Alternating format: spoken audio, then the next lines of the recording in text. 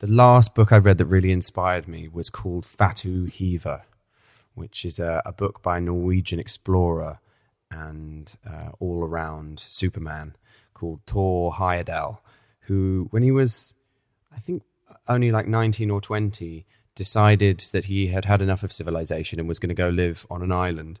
And so he found a woman who was mad enough to go with him and said, do you want to get married and come and live on an island with me? And they went to Polynesia and found the most remote place that they could find in the world and lived kind of like Adam and Eve for a period that was like paradise, where they were eating fruit off the trees, the most delicious fruit that you could possibly imagine, and eating shrimp out of a river right next to the hut that they'd built with their own hands.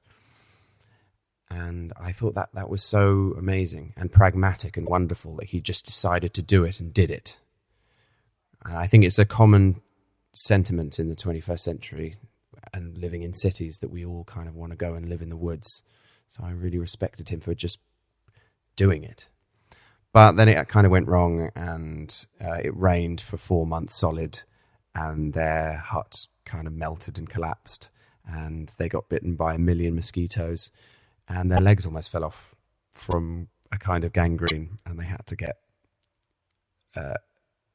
have some sort of Mission Impossible boat to come and save them.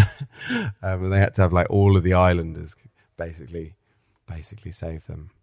But it was a nice idea. And from that, there were carved stone heads on the island that he realized must have come from, that were very similar to the heads in Peru, same carved stone heads. And the thinking at the time was that was impossible. There was no way that people from Peru could have sailed on boats to these tiny Polynesian islands.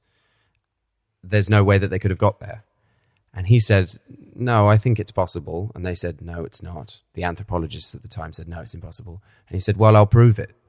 And so he found some tribes people in Peru who knew how to build these reed boats from ancient times, and they did it.